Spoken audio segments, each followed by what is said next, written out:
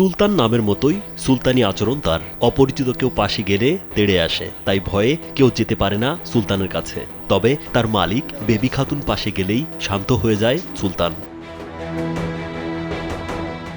Baby Khatun ৩ বছর ধরে পরম যত্নে লালন পালন করছেন বিশাল আকৃতির এই গরুটিকে। তাই আদর করে নাম দিয়েছেন সুলতান।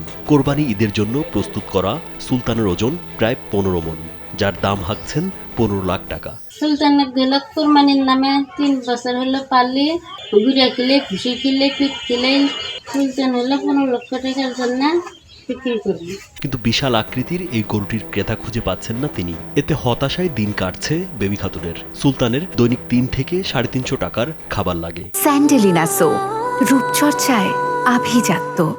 খাওয়ানো হয় প্রাকৃতিক সব খাবার। শ্যাম্পু ছাড়া গোসল করে না সুলতান। প্রতিদিন আমাকে ৩০০ থেকে ৩৫০ টাকা খায়। তার মধ্যে খাদ্যটা খায় হলো বেশিরভাগ মিটমোট আর হলো গমের ভুসি আর অটোগ্রাম।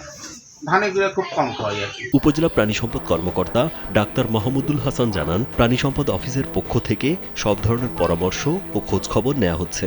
উনি আমাদের তত্ত্বাবধানে সবসময় থেকেছেন এবং আমাদের বিভিন্ন টেকনিক্যাল বিষয়গুলো কিন্তু উনি পরামর্শ নিয়ে উনি কাজ করেছেন এবং বিভিন্ন প্রশিক্ষণে কিন্তু উনি অ্যাড হয়েছেন। ভেটেরিনারি মেডিকেল টিম, পাশাপাশি আইন শৃঙ্খলা বাহিনীর কার্যক্রম, পাশাপাশি অন্যান্য যে কার্যক্রমগুলো এগুলো সুন্দরভাবে সুশৃঙ্খলভাবে হচ্ছে আমাদের হাতীবান্ধা উপজেলায়। বেবি খাতুন লালমনিরহাটের হাতীবান্ধা উপজেলার সিঙ্গিমারি ইউনিয়নের দক্ষিণ ধুবনি গ্রামের অবিদ আলীর স্ত্রী। নিজ বাড়িতে সুলতানের পাশাপাশি ফ্রিজিয়ান জাতের ৯টি গরু নিয়ে ছোট্ট একটি খামার করেছেন তিনি।